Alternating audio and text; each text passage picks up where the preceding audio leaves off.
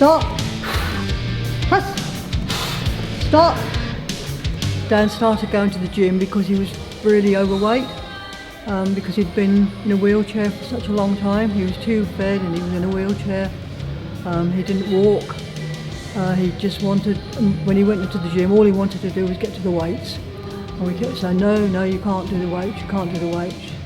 And that was all, just the eyes were always on the weights all the time. And one particular day he just slipped off, and he decided he was going to do the weights, whether we said he couldn't or not.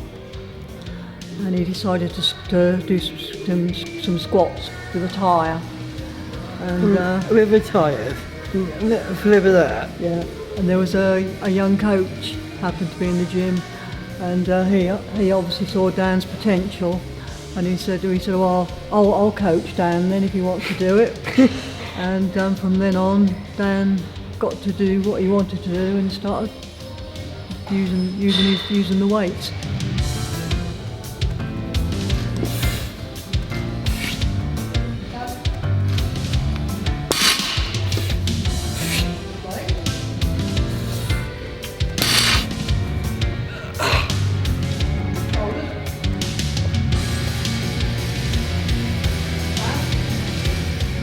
He was going to the gym 5-6 days a week, absolutely loved it, lost all the weight that he was carrying. Yes.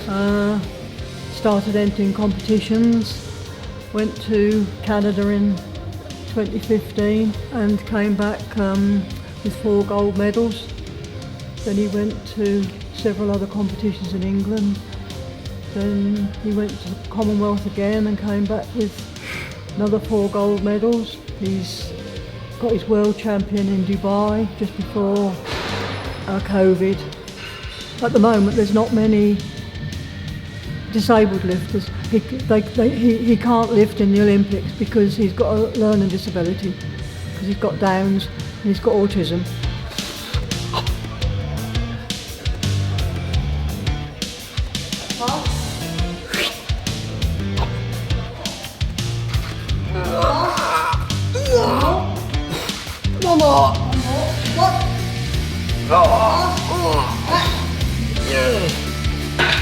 He competes with able-bodied lifters throughout the world.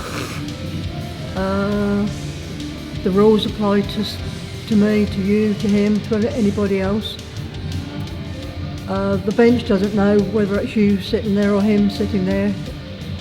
He has to do the same as everybody else, which is what we're trying to get for all disabled lifters, that they're treated the same. At the moment there's not many disabled lifters. He can't lift in the Olympics because he's got a learning disability, because he's got Downs and he's got autism.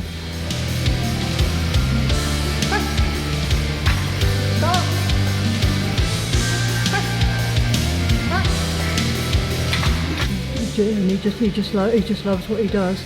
He'd spend 24 hours a day, 7 days a week in the gym if he had his way. Yeah. And he ends up with lots of sore marks on his body, which he calls his powerlifter's rash. I like a powerlifter's rash.